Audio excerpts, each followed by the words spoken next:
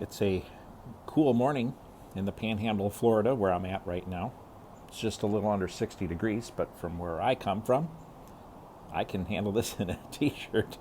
It's not too bad out here. Today's chapter is one of the longer ones from the New Testament anyway. It's a longer chapter. This is 1 Corinthians chapter 7, where we read, "Now, in response to the matters you wrote about, it is good for a man not to have sexual relations with a woman. But because sexual immorality is so common, each man should have sexual relations with his own wife, and each woman should have sexual relations with her own husband. A husband should fulfill his marital duty to his wife, and likewise a wife to her husband. A wife does not have the right over her own body, but her husband does.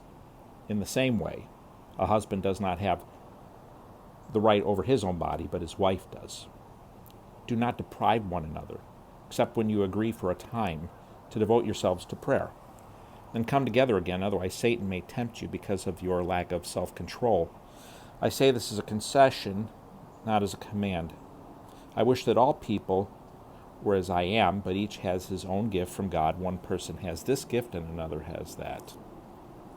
I say to the unmarried and to widows, it is good for them if they remain as I am. But if they do not have self-control, they should marry, since it is better to marry than to burn with desire. To the married I give this command, not I, but the Lord. A wife is not to leave her husband. If she does leave, she must remain unmarried or be reconciled to her husband, and a husband is not to divorce his wife. But I, not the Lord, say to the rest, if any brother has an unbelieving wife and she is willing to live with him, he must not divorce her. Also, if any woman has an unbelieving husband and he is willing to live with her, she must not divorce her husband. For the unbelieving husband is made holy by the wife, and the unbelieving wife is made holy by the husband. Otherwise your children would be unclean, but as it is, they are holy.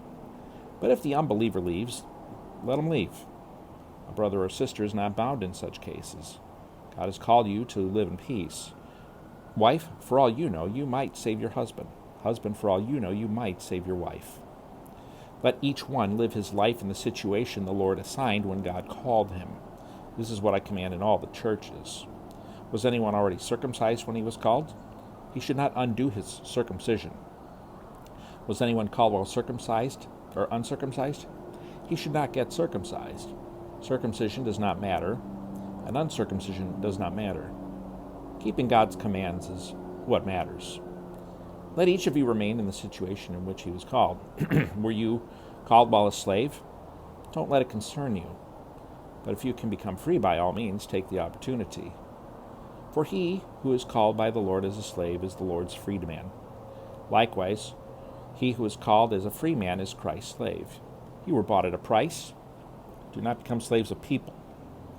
Brothers and sisters, each person is to remain with God in the situation in which he was called. Now about virgins. I have no command from the Lord, but I do have an opinion as one who by the Lord's mercy is faithful. Because of the present distress, I think it is good for a man to remain as he is. Are you bound to a wife? Do not seek to be released. Are you released from a wife? Do not seek a wife. However, if you do get married, you have not sinned, and if a virgin marries, she has not sinned. But such people will have trouble in this life, and I am trying to spare you. This is what I mean, brothers and sisters. The time is limited.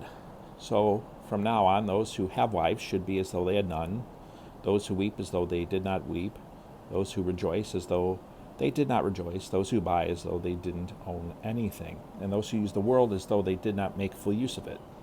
For this world in its current form is passing away. I want you to be without concerns. The unmarried man is concerned about the things of the Lord, how he may please the Lord. But the married man is concerned about the things of the world, how he may please his wife, and his interests are divided. The unmarried woman or virgin is concerned about the things of the Lord, so that she may be holy both in body and spirit.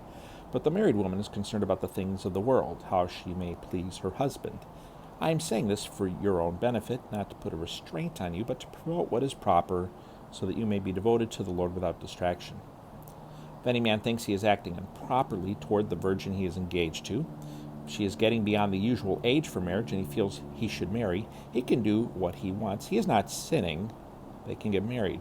But he who stands firm in his heart, who is under no compulsion but has control over his own will, and has decided in his heart to keep her as his fiancée, will do well. So then he who marries his fiancée does well, but he who does not marry will do better.